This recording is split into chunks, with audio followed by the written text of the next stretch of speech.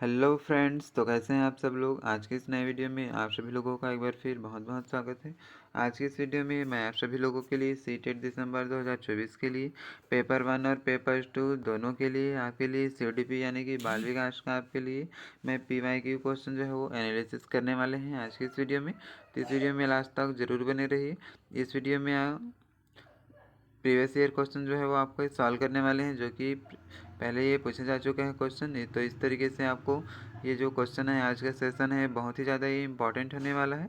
तो इस चैनल पर यदि आप पहले बार आए हैं, इस चैनल को पहले बार देख रहे हैं, तो इस चैनल को सब्सक्राइब जरूर कर लें। साथ ही साथ इस वीडियो को लाइक करके अपने सभी फ्रेंड के साथ शेयर ज़रूर करें। तो आज का हमारे सेशन में फर्स्ट क्वेश्चन है CODP का, जो कि पेपर 2 के लिए और ज़्यादा ही इम्पॉर्टेंट है। पियाजे और वाइगोत्स्की के सिद्धांतों में एक प्रमुख समानता क्या है।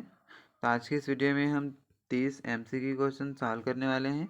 तो इस 30 में से आपका कितना क्वेश्चन जो सही हो रहा है, तो आप उसको कमेंट करके ज़रूर बताएंगे।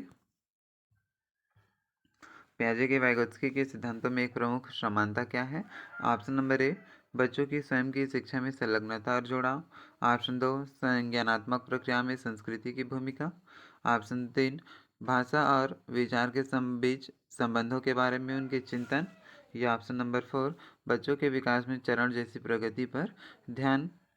तो इसका करेक्ट आंसर जो है कौन सा हो जाएगा, जो कि पियाजे और जेन पियाजे और वाइगोत्स्की के सिद्धांत में एक प्रमुख समानता क्या थी, है ना। तो इसका करेक्ट आंसर जो है वो, यदि आपने ऑप्शन नंबर ए को चूज़ किया है, ऑप्शन नंबर 1 को चूज़ किया है, तो आपका आंसर जो है वो राइट हो जाएगा। बच्चों की स्वयं की शिक्षा में संलग्नता और जुड़ाव जो है, इन दोनों के सिद्धांत में क्या है, एक प्रमुख समानता है। तो इस तरीके से ऑप्शन नंबर पहला जो है इसका राइट आंसर ये हो जाएगा।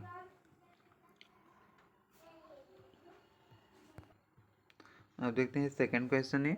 तो हमारा अभिकथन और ये कारण वाला क्वेश्चन है, जर्सन रीजनिंग वाला बहुत क्वेश्चन आजकल पूछा जाता है। तो जैसे कि ऑप्शन नंबर ए, शिक्षकों को शिक्षार्थियों के बीच व्यक्तिगत विभिन्नता का सम्मान करना चाहिए और सभी शिक्षार्थियों की आवश्यकता के अनुसार अपने शिक्षण को समायोजित करना चाहिए। कारण आर दिया हुआ है, शिक्षकों को विविध पृष्ठभूमि के शिक्षार्थियों को पढ़ाते समय उनके बीच सहयोग, समूह कार्य और बातचीत से बचना चाहिए। तो ये तो इस तरीके से गलत हो जाएगा ये, है ना। तो क्योंकि ये हमें सभी बच्चों को एक समान मानकर हमको पढ़ाना चाहिए, है ना। तो इसका ऑप्शन हम यहाँ देख लेते हैं। ऑप्शन पहला है ए सही है लेकिन आर गलत है। ऑप्शन 2, ए और आर दोनों गलत है। ऑप्शन तीसरा हो जाएगा ए और आर दोनों सही हैं, ए आर की सही व्याख्या करता है। या ऑप्शन नंबर 4, ए आर दोनों सही है लेकिन ए जो है वो आर की सही व्याख्या नहीं करता है। तो इसका राइट आंसर कौन सा हो जाएगा। हमको यहाँ ये पूरा ऑप्शन को पढ़ने की ज़रूरत ही नहीं है, क्योंकि हमको इसको पढ़ने से ये पता चल गया कि ये ऑप्शन जो है वो सही है, और ऑप्शन नंबर जो दूसरा है कारण आर वो गलत है ना। क्योंकि इस तरीके से हमको नहीं करना चाहिए भेदभाव किसी भी बच्चे में। तो इस तरीके से इसका ऑप्शन नंबर पहला क्या हो जाएगा, इसका राइट हो जाएगा। ए सही है लेकिन आर जो है वो गलत है। तो इस तरीके से ऑप्शन नंबर पहला हमारा ये करेक्ट आंसर ये हो जाएगा।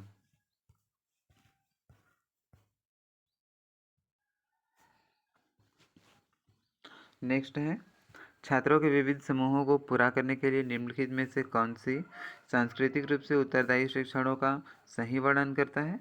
ऑप्शन ए सुविचारित, ऑप्शन सेकेंड दिया है यहाँ पास अनुकूलित, थर्ड विभेदित, और फोर्थ दिया है मानकीकृत। तो जहाँ मानकीकृत का ऑप्शन आता है वो क्या होता है, वो नेगेटिव होता है ना। तो इस तरीके से नेगेटिव क्वेश्चन का आंसर नेगेटिव होता है, लेकिन यहाँ पे सही आपको पूछा है ना, तो सही वर्णन करता है बोला है, तो नेगेटिव जो है वो ये गलत हो जाएगा। तो इस तरीके से ऑप्शन नंबर हमारा पहला, दूसरा और तीसरा जो है वो सही हो जाएगा। तो इस तरीके से आपको ना ऑप्शन को नेगलेक्ट करने भी आना चाहिए कि कौन सा आंसर नहीं हो सकता है और कौन सा आंसर हो सकता है। ऐसा करने से ना आपका टाइमिंग जो होता है वो बचता है। तो इस तरीके से क्या हो जाएगा, चौथा तो गलत हो जाएगा।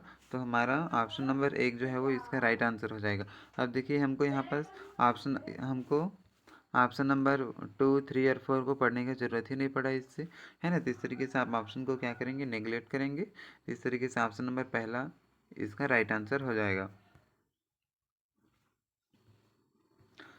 नेक्स्ट क्वेश्चन है, जीन पियाजे के अनुसार बच्चे वयस्कों से किस प्रकार भिन्न है। ऑप्शन ए पहला दिया है इसमें, बच्चों की सोच वयस्कों से गुणात्मक रूप से भिन्न होती है। दूसरा, बच्चों की सोच मात्रात्मक रूप से वयस्कों से भिन्न होती है। तीसरा, बच्चे वयस्कों पर निर्भर होते हैं जबकि वयस्क जो होते हैं वो स्वतंत्र होते हैं। चौथा, बच्चों की तुलना में वयस्क बहुत अधिक ज्ञानी होते हैं। तो इसका राइट आंसर जो है वो कौन सा हो जाएगा? जो जीन पियाजे के अनुसार बच्चे जो है वो वयस्क से किस प्रकार भिन्न है उसको ही दर्शाता है। तो इसका करेक्ट आंसर हो जाएगा, यदि आपने ऑप्शन नंबर ए को चूज़ किया है तो आपका आंसर जो है वो करेक्ट हो जाएगा। तो बच्चों की सोच वयस्कों से गुणात्मक रूप से भिन्न होती है ना, क्वालिटेटिव रूप से क्या होती है वो डिफरेंट होता है। तो इस तरीके से ऑप्शन नंबर फर्स्ट जो है इसका राइट आंसर ये हो जाएगा।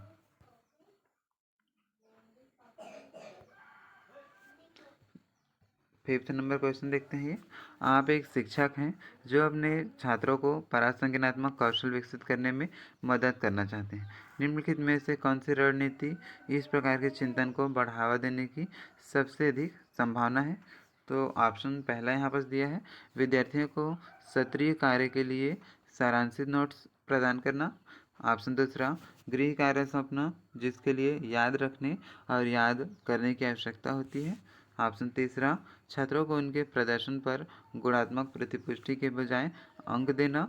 या ऑप्शन चौथा, छात्रों को अपने स्वयं की सीखने और सोचने की प्रक्रिया पर विचार करने के लिए प्रोत्साहित करना। तो इस तरीके से तो पॉजिटिव आंसर हो गया है ना। चौथा जो है वो छात्रों को सीखने के लिए प्रेरित करना या फिर सोचने के लिए विचार करने के लिए प्रेरित करना, ये सबसे अच्छा ऑप्शन हो गया है ना। तो इस तरीके से क्या हो जाएगा, ये ऑप्शन नंबर, यदि आपने चौथा को चूज़ किया है तो आपका आंसर जो है वो करेक्ट आंसर ये हो जाएगा। तो इस तरीके से भी आप फाइंड कर सकते हैं। सीटेट का आप एग्ज़ाम दिला रहे हो जिसमें बच्चा को ही सब कुछ मानना है ना, तो बच्चा को ही सब कुछ मान के इसमें आपको इस एग्ज़ाम को देना रहता है। तो इस तरीके से यदि ऑप्शन जो है वो चूज़ करते हैं ना तो आपका आंसर जो है वो सही हो जाता है। तो ऑप्शन नंबर 4 ये करेक्ट हो जाएगा इसका।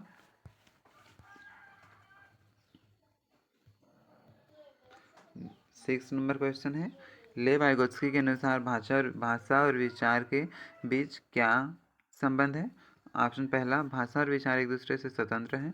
ऑप्शन दूसरा, भाषा और विचार विकास की जटिल विनिमय प्रक्रियाएं हैं। तीसरा, भाषा विचार को आकार नहीं देती है।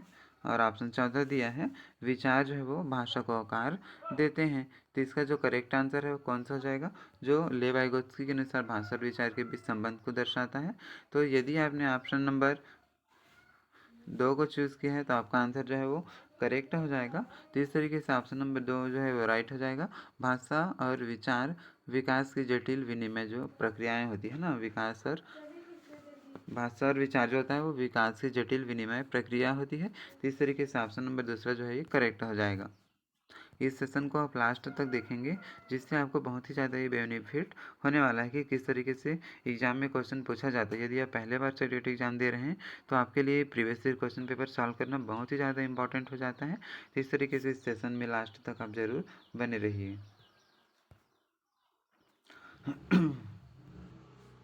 7 नंबर क्वेश्चन देखते हैं। एक शिक्षिका खुद से पूछती है, मैं ऐसे अनुभव कैसे प्रदान कर सकती हूँ जिसमें छात्रों को पर्यावरण में विभिन्न प्रकार की वस्तुओं को वर्गीकृत करने और उनकी वर्गीकरण के स्कीमा के विश्लेषण करने की आवश्यकता हो। वह छात्रों में किस बुद्धिमत्ता को बढ़ावा देने की कोशिश कर रही है? तो ऑप्शन ए दिया है प्राकृतिक बुद्धिमत्ता। ऑप्शन बी दिया हुआ है दूसरा, शारीरिक गति संवेदी बुद्धिमत्ता। ऑप्शन तीसरा, भाषाई बुद्धिमत्ता। और ऑप्शन चौथा, अंतर्वैयक्तिक बुद्धिमत्ता। तो इस तरीके से यदि आपने इसका right answer option number A को चूज़ किया है तो आपका आंसर जो है वो करेक्ट हो जाएगा। पहला आंसर जो है इसका राइट आंसर ये हो जाएगा, वो प्राकृतिक बुद्धिमत्ता को बढ़ावा देने की कोशिश कर रही है। तो इस तरीके से ऑप्शन नंबर पहला जो है इसका राइट आंसर हो जाएगा प्राकृतिक बुद्धिमत्ता। नेक्स्ट क्वेश्चन है, छात्रों के लिए कक्षा में प्रतिक्रिया सबसे अधिक प्रभावी होती है जब, ऑप्शन नंबर पहला दिया है, यह इस बात पर ध्यान केंद्रित करता है कि बच्चा क्या नहीं कर सकता बजाय इसके कि वह क्या कर सकता है। ऑप्शन दूसरा है टाइपिंग मिस्टेक है। ऑप्शन दूसरा, यह वर्ष के अंत में परीक्षण और परीक्षा पर केंद्रित है। ऑप्शन तीसरा, यह छात्रों को तुलनात्मक श्रेणी प्रदान करता है। और ऑप्शन चौथा, यह सीखने की गतिविधि के दौरान और पश्चात भी होता है। तो छात्रों के लिए कक्षा में प्रतिक्रिया सबसे अधिक प्रभावी होती है जब, तो इसका जो राइट आंसर है वो कौन सा हो जाएगा? तो यदि आपने ऑप्शन नंबर 4 को चूज़ किया है तो आपका आंसर जो है वो करेक्ट आंसर हो जाएगा। यह सीखने की गतिविधि के दौरान और सीखने के बाद भी होते रहता है। तो इस तरीके से ऑप्शन नंबर चौथा जो है इसका ये राइट आंसर हो जाएगा। नेक्स्ट क्वेश्चन है, रमा एक शिक्षिका है जो वाइगोत्स्की के सिद्धांतों को अपनी कक्षा में लागू कर रही है और वह चुनौतीपूर्ण कार्य को करने के लिए अपने छात्रों को समूह में काम करने के लिए नियुक्त करती है। कार्य के दौरान एक छात्र एक महत्वपूर्ण संकल्पना को समझने के लिए संघर्ष करती है।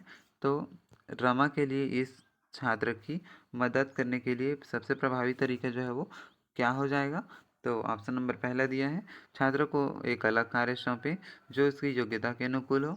ऑप्शन दूसरा, छात्र के साथ समस्या पर काम करें और समूह के अन्य सदस्यों को शामिल करते हुए आवश्यकतानुसार मार्गदर्शन और प्रतिपुष्टि प्रदान करें।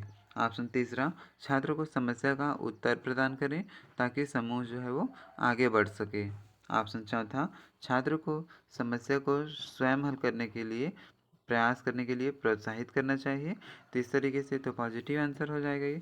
चौथा जो है वो बेस्ट पॉजिटिव आंसर हो जाएगा, है ना। तो किसी भी छात्र को प्रेरित करना काम करने के लिए तो ये करेक्ट आंसर ही हो जाता है ना। तो लेकिन हमको इसके साथ साथ क्या देखा है, इधर ऑप्शन नंबर सेकेंड भी हम यहाँ सॉल्व कर लेते हैं कि छात्र के साथ समस्या पर काम करें और समूहों के अन्य सदस्यों को शामिल करते हुए आवश्यकतानुसार मार्गदर्शन और प्रतिपुष्टि प्रदान करें, है ना। तो ये दोनों पॉजिटिव आंसर हो जाएगा।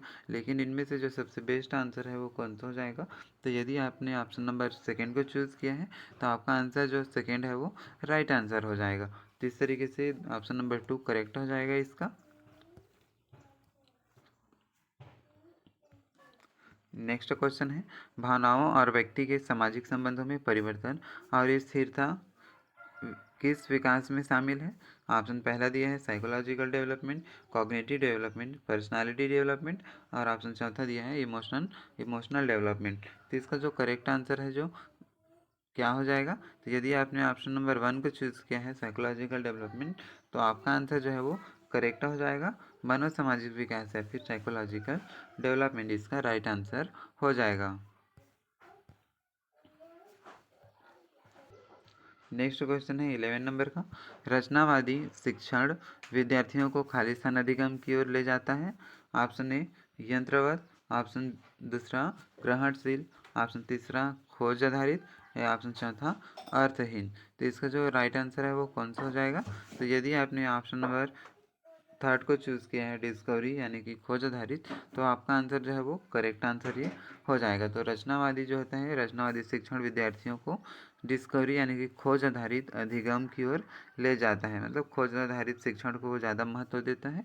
तो इस तरीके से ऑप्शन नंबर तीसरा जो है इसका राइट आंसर हो जाएगा डिस्कवरी या खोज आधारित।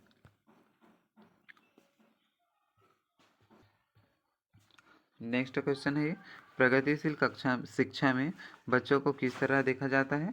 ऑप्शन पहला ज्ञानवर्धक और अर्थ की रचना करने वाले, ऑप्शन दूसरा कमज़ोर और सुरक्षा की ज़रूरत में, ऑप्शन तीसरा मासूम और आश्रित और ऑप्शन चौथा दिया है आज्ञाकारी और केवल ज्ञान का उपभोग करने में सक्षम। तो इसका जो राइट आंसर है वो कौन सा हो जाएगा? तो यदि आपने ऑप्शन नंबर ए को चूज़ किया है तो आपका आंसर जो है वो करेक्ट हो जाएगा। ज्ञानवर्धक और अर्थ की रचना करने वाले प्रगतिशील शिक्षा में बच्चों को इस तरह से देखा जाता है कि बच्चे ज्ञानवर्धक है और किसी भी अर्थ की रचना करने वाला है ना। तो इस तरीके से ऑप्शन नंबर ए जो है इसका राइट आंसर ये हो जाएगा। नेक्स्ट क्वेश्चन है, जीन पियाजे के संज्ञानात्मक विकास का सिद्धांत यह बताता है कि ऑप्शन पहला पाठ्यक्रम को बच्चों के आयु समूह और चरण को ध्यान में रखकर तैयार किया जाना चाहिए। ऑप्शन दूसरा शिक्षण का बल गतिविधि के परिणाम पर होना चाहिए न कि सोचने की प्रक्रिया पर। ऑप्शन तीसरा दिया है व्यवहार को दंड और पुरस्कारों के माध्यम से अनुकूलित किया जाना चाहिए। ऑप्शन चौथा अवधारणाओं को जटिल से सरल के क्रम में दिखाया जाना चाहिए। तो इस तरीके से ये तो नेगेटिव आंसर हो जाएगा ये कि व्यवहार को दंड और पुरस्कारों के माध्यम से अनुकूलित किया जाना चाहिए, है ना। तो ये नेगेटिव हो जाएगा। और ये भी इसका नेगेटिव आंसर हो जाएगा। तो इसका राइट आंसर जो है वो कौन सा हो जाएगा? तो ऑप्शन नंबर पहला जो है इसका करेक्ट हो जाएगा। यदि आपने ऑप्शन नंबर 1 को चूज़ किया है तो आपका आंसर जो है वो करेक्ट हो जाएगा। ये जो जीन पियाजे के संज्ञानात्मक विकास के सिद्धांत के संबंध में सटीक है। नेक्स्ट क्वेश्चन है, महारत हासिल करने के लक्ष्य निर्धारित करने से छात्र की अभिप्रेरणा और योग्यता के बारे में विचार कैसे प्रभावित होते हैं? ऑप्शन पहला दिया है यह अक्सर योग्यता के स्थिर दृष्टिकोण में बढ़ी हुई बाहरी अभिप्रेरणा और विश्वास को दर्शाता है। ऑप्शन दूसरा, यह अक्सर योग्यता के वृद्धिशील दृष्टिकोण में बढ़ी हुई बाहरी प्रेरणा और विश्वास को दर्शाता है। ऑप्शन तीसरा, यह अक्सर योग्यता के स्थिर दृष्टिकोण में बढ़ी हुई आंतरिक अभिप्रेरणा और विश्वास को दर्शाता है। या ऑप्शन चौथा, यह अक्सर योग्यता के वृद्धिशील दृष्टिकोण में बढ़ी हुई आंतरिक अभिप्रेरणा और विश्वास को दर्शाता है। तो इसका जो क्वेश्चन है वो चारों क्वेश्चन लगभग सेम तरीके का है ये। तो इसका राइट आंसर जो है वो कौन सा हो जाएगा? तो इस ऑप्शन को अच्छे तरीके से पढ़ लेना है, फिर इसका आंसर जो है वो टिक लगाना है। तो यदि आपने ऑप्शन नंबर 4 को चूज़ किया है तो इसका आंसर जो है वो करेक्ट है, ये हो जाएगा। तो ऑप्शन नंबर चौथा ये राइट आंसर हो जाएगा। आप देख लेते हैं ये एजर्सन और रीजनिंग वाला क्वेश्चन। एजर्सन यहाँ पर दिया हुआ है, अभिकथन किशोरावस्था के दौरान जेंडर अपेक्षाओं के अनुरूप स्त्रीत्व और पुरुषत्व की परंपराओं का पालन करने के लिए दबाव बढ़ जाता है। कारण आर दिया है, जेंडर और जेंडर भूमिकाएं जैविक रूप से निर्धारित की जाती है। तो यहाँ बस कोट में आपको आंसर जो है वो चूज़ करना है। ऑप्शन पहला दिया है ए सही है लेकिन आर गलत है। ऑप्शन दूसरा ए और आर दोनों गलत है। ऑप्शन तीसरा ए आर दोनों सही है और ए आर की सही व्याख्या कर रहा है। ऑप्शन चौथा दिया है ए और आर दोनों सही है लेकिन आर जो है वो ए की सही व्याख्या नहीं कर रहा है। तो इसका जो राइट आंसर है वो कौन सा हो जाएगा ये? तो यदि आपने ऑप्शन नंबर पहला को चूज़ किया है तो इसका राइट आंसर हो जाएगा ये ऑप्शन नंबर पहला, ए सही है लेकिन आर जो है वो गलत है। क्योंकि किशोरावस्था के दौरान जेंडर अपेक्षाओं के अनुरूप स्त्रीत्व और पुरुषत्व की परंपराओं का पालन करने के लिए दबाव बढ़ जाता है। तो ये तो एक तरीके से सही हो गया, लेकिन जेंडर भूमिका जैविक रूप से निर्धारित की जाती है ना। तो ये आंसर जो है वो करेक्ट नहीं है, तो ये नेगेटिव हो जाएगा, है ना। इसलिए यहाँ बस ऑप्शन नंबर पहला जो है इसका राइट हो जाएगा कि ए सही है लेकिन आर जो है वो गलत है। नेक्स्ट क्वेश्चन यहाँ पर हम देख लेते हैं, ये अभिकथन और एक कारण वाला है ये। तो शिक्षकों को अभिकथन देखते हैं, शिक्षकों को विद्यार्थियों के बीच बहस, चर्चा और सहयोग को प्रोत्साहित करना चाहिए। कारण आर दिया है, ज्ञान उत्पादन एक निष्क्रिय प्रक्रिया है और सामूहिक गतिविधियों में संलग्नता अर्थपूर्ण अधिगम में बाधा डालता है। तो इसका जो राइट आंसर है कौन सा हो जाएगा? ये बाधा डालने वाली बात कहा गया है, तो इस तरीके से आंसर तो है जो है वो गलत हो जाएगा, है ना। तो हमारा पहला आंसर बस राइट हो जाएगा। तो इसका करेक्ट आंसर कौन सा हो जाएगा? यदि आपने ऑप्शन ए को चूज़ किया है तो ये करेक्ट आंसर हो जाएगा। ए सही है लेकिन आर जो है वो गलत है। तो ऑप्शन नंबर पहला इसका करेक्ट हो जाएगा। नेक्स्ट है, निम्नलिखित में से क्या दृष्टिबाधित विद्यार्थियों को कक्षा में भागीदारी देने में बाधा डालता है? ऑप्शन पहला, उभरी हुई रेखा चित्र या मानचित्र। ऑप्शन दूसरा, ग्राफिक सामग्री के स्पर्शनीय तरीके। ऑप्शन तीसरा, इलेक्ट्रॉनिक रूप से प्रारूपित व्याख्यान प्रतिलेखन। या ऑप्शन चौथा, मुद्रित पाठ्यपुस्तकें और नोट्स। तो इसका राइट आंसर जो है वो कौन सा हो जाएगा? तो यदि आपने ऑप्शन नंबर 4 को चूज़ किया है तो इसका करेक्ट आंसर हो जाएगा printed text book and notes जो है इसका राइट आंसर ही हो जाएगा, जो कि बाधा डालता है। तो ऑप्शन नंबर चौथा ये राइट हो जाएगा।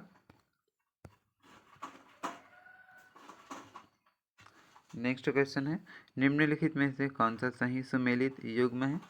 ऑप्शन पहला दिया है रचनात्मक मूल्यांकन, यह निर्धारित करना कि छात्र कक्षा से पहले और बाद में क्या कर सकते हैं।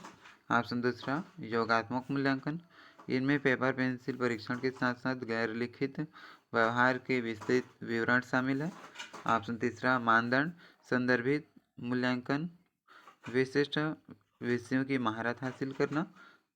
ऑप्शन चौथा, मानक संदर्भित मूल्यांकन, तो साथियों के प्रदर्शन की तुलना करना। तो इसका राइट आंसर जो है वो कौन सा हो जाएगा? तो यदि आपने ऑप्शन नंबर 4 को चूज़ किया है तो इसका आंसर जो है वो राइट हो जाएगा। मानक संदर्भित मूल्यांकन साथियों के प्रदर्शन की तुलना करता है ना। तो ऑप्शन नंबर चौथा जो है इसका ये राइट आंसर ही हो जाएगा, सही सुमेलित है ये।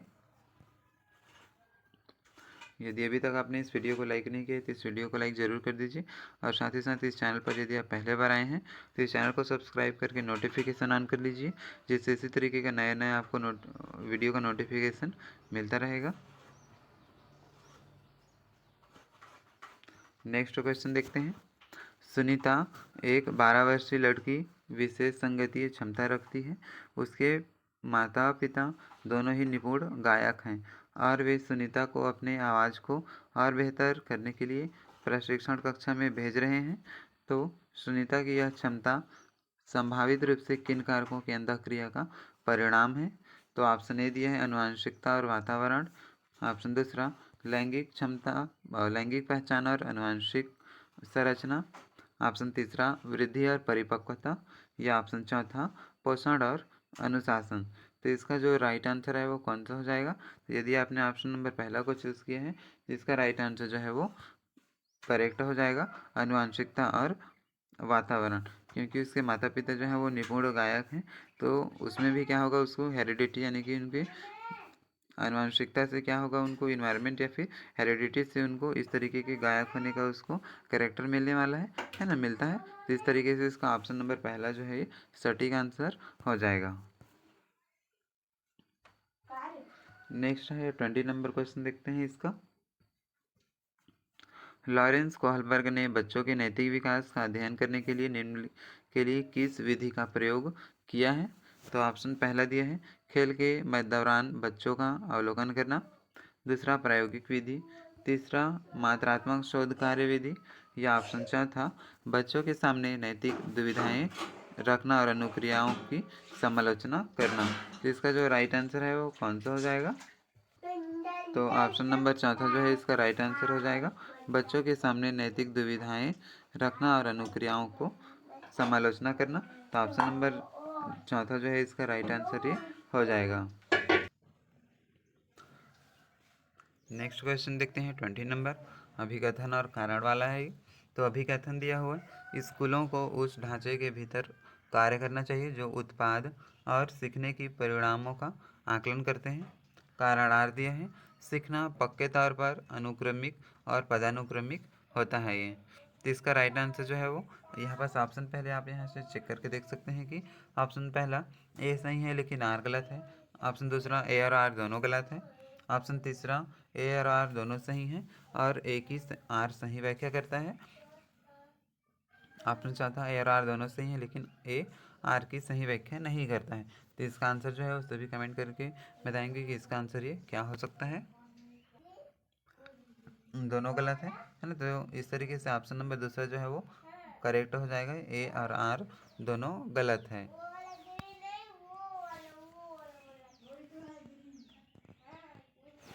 नेक्स्ट क्वेश्चन देखते हैं।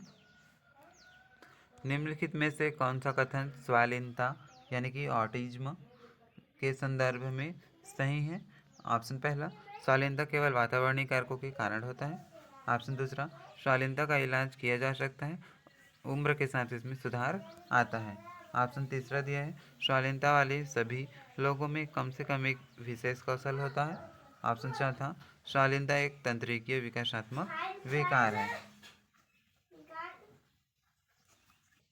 तो इस तरीके से यदि आपने ऑप्शन नंबर 4 को चूज़ किया है तो आपका आंसर जो है वो करेक्ट आंसर ही हो जाएगा कि स्वालीनता यानी कि ऑटिज्म में एक तंत्रिकी विकासात्मक विकार होता है। तो इस तरीके से ऑप्शन नंबर चौथा जो है इसका राइट आंसर ये हो जाएगा।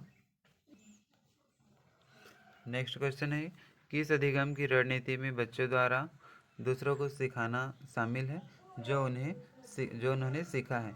ऑप्शन पहला व्याख्यात्मक शिक्षण, पारस्परिक शिक्षण, अनुबंधन अधिगम और रटकर सीखना। तो किस अधिगम की रणनीति में बच्चों द्वारा दूसरों को सिखाना शामिल होता है जो उन्होंने सीखा होता है? मतलब पहले जो बच्चा खुद सीखा है उसको किसी दूसरे को सिखाएगा, है ना। तो इनमें से कौन सा ऑप्शन जो है वो इसके लिए करेक्ट हो जाएगा?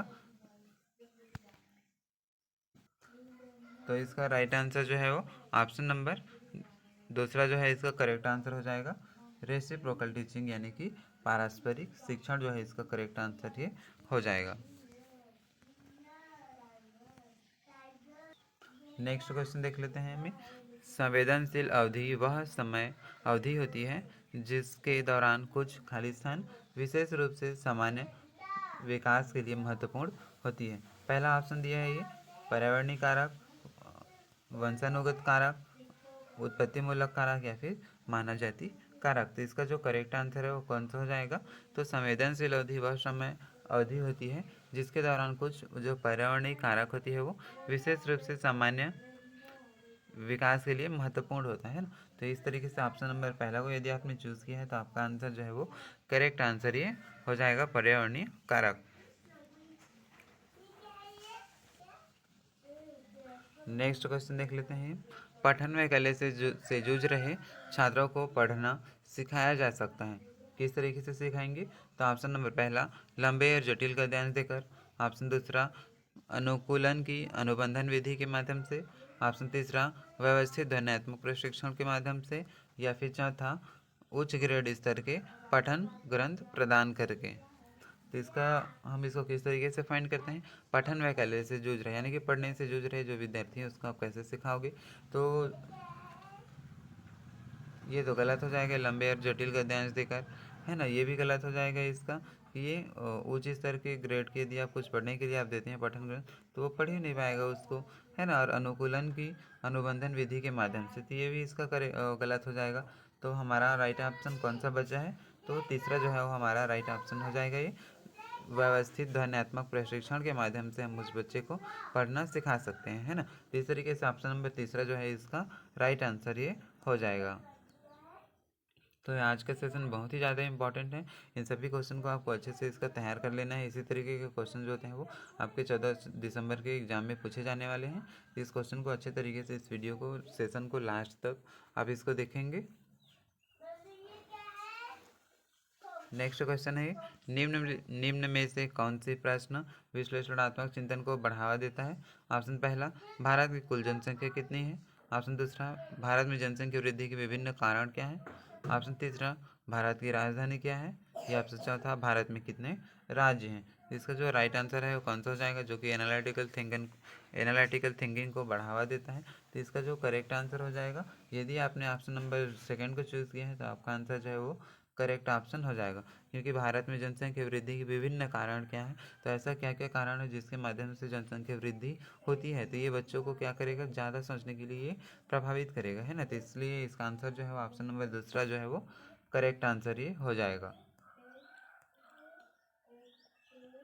नेक्स्ट देख लेते हैं अभी अभिकथन और कारण वाला क्वेश्चन है, एजर्सन और रीजनिंग वाला। इस तरीके के जो क्वेश्चन होता है वो टाइम ज़्यादा लेता है, तो आपको टाइम को बचाना है और किस तरीके से आप जल्दी क्वेश्चन हल कर सकते हो, है ना। इसको ज़्यादा ध्यान रखना है, ठीक है। तो अभी कथन यहाँ देखते हैं। तो शिक्षकों को बच्चों को प्रयोग करने के लिए बहुत सारे अवसर देने चाहिए और उदाहरणों गैर उदाहरणों पर चर्चा करनी चाहिए। तो एक तरीके से तो सही हो गया, है ना। कारण आर दिया है बच्चों को गलत धारणा से निपटने का एक रचनात्मक तरीका विपरीत उदाहरण प्रदान करता है। तो इस तरीके से इसका ऑप्शन यहाँ देख लो कि ए सही है लेकिन आर गलत है, ए और आर दोनों गलत है। ए आर की सही व्याख्या करता है, दोनों सही है। और चौथा क्या दिया? ए आर दोनों सही है लेकिन ए की आर जो है वो व्याख्या नहीं करता है। तो इस तरीके से ऑप्शन नंबर तीसरा जो है इसका क्या हो जाएगा?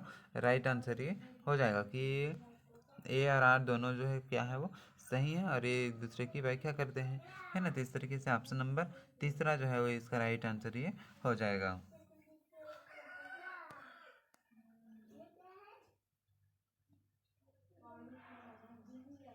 नेक्स्ट क्वेश्चन देख लेते हैं 28 नंबर का। अभिकथन दिया हुआ है एशियाई संस्कृतियों में जो सामाजिक सद्भावनाओं पर जोर देते हैं क्रोध की अभिव्यक्ति को हतोत्साहित किया जाता है और शर्म को प्रोत्साहित किया जाता है। कारण आर दिया है इसके बाद ये भावनाएं व्यक्तिपरक हैं और सीखने में कोई भूमिका नहीं निभाती। तो सीखने में तो भूमिका ये निभाती है, किस कैसे नहीं निभाएगा, है ना। तो ये क्या हो जाएगा? ये गलत हो जाएगा इस तरीके से। तो ए हमारा सही हो जाएगा और आर जो है वो गलत हो जाएगा। तो ऐसा ऑप्शन नंबर ए में दिया हुआ है, पहला में दिया है। तो हमारा ऑप्शन नंबर पहला जो है ये इसका राइट आंसर ये हो जाएगा। तो इस तरीके से ऑप्शन को नेगलेक्ट भी कर सकते हो कि कौन सा क्वेश्चन सही है और कौन सा गलत है, कौन सा ऑप्शन। तो हमें इसको पूरा ऑप्शन को इसको पढ़ने की ज़रूरत ही नहीं है। आप एक ही क्वेश्चन, इस क्वेश्चन अभिकथन एजर्शन बस को, अभिकथन और कारण बस को पढ़ के आप इसका आंसर जो है वो लगा सकते हैं, लेकिन आपको ध्यान से इसका आंसर देना है। इस तरीके से अभिकथन और कारण वाला क्वेश्चन पूछेगा, इसमें यदि गलती करते हैं आपको तो आपका नंबर जो है वो गलत हो सकता है ना। तो इसको ध्यान से आपको इसका आंसर जो है वो देना होता है। नेक्स्ट क्वेश्चन है, विद्यार्थियों में समालोचनात्मक चिंतन को विकसित करने के लिए एक शिक्षक को क्या करना चाहिए। ऑप्शन पहला, ऐसे सवाल देने चाहिए जिसमें निष्कर्ष और व्याख्याएं शामिल होते हैं। ऑप्शन दूसरा, ऐसे सवालों से बचना चाहिए जिनमें विवेचन और विश्लेषण की आवश्यकता होती है। तीसरा, केवल ऐसे ही सवाल पूछने चाहिए जिनका एक ही उत्तर हो। या फिर ऑप्शन चौथा, विद्यार्थियों को उनके संदेह और सवाल पूछने के लिए हतोत्साहित करना चाहिए। तो विद्यार्थियों में समालोचनात्मक चिंतन विकसित करने के लिए है ना, एक शिक्षक को क्या करना चाहिए। यदि आप एक शिक्षक बन जाते हैं तो आपको इनमें से कौन सा तरीका जो है वो आपको अपनाने चाहिए है। तो इसका आंसर कौन सा हो जाएगा। तो यदि आपने ऑप्शन नंबर ए को चूज़ किया है, पहला को चूज़ किया है, तो आपका आंसर जो है वो बिल्कुल सही हो जाएगा, है ना। ऐसे सवाल देने चाहिए जिसमें निष्कर्ष और व्याख्या दोनों शामिल होता है। तो इस तरीके से बच्चे में समालोचनात्मक चिंतन का अच्छे तरीके से विकास होता है, क्रिटिकल थिंकिंग का। तो ऑप्शन नंबर पहला जो है इसका ये राइट आंसर ये हो जाएगा। अब हम इस वीडियो का लास्ट क्वेश्चन हम इसमें देख लेते हैं। चूँकि बाल विकास में 30 क्वेश्चन आता है, तो हम यहाँ बस 30 क्वेश्चन ही सॉल्व करने वाले हैं, जो कि ये PYQ है। जो कि आपके 2024 में जो एग्ज़ाम होने वाला है 14 दिसंबर को, इसके लिए बहुत ही ज़्यादा ये इंपॉर्टेंट है। तो यदि आपने लेट से इस वीडियो को ज्वाइन किया है तो इस वीडियो को आप पूरा ज़रूर वॉच कीजिए, जिससे आपको बहुत ही ज़्यादा ये बेनिफिट इसमें होने वाला है। ये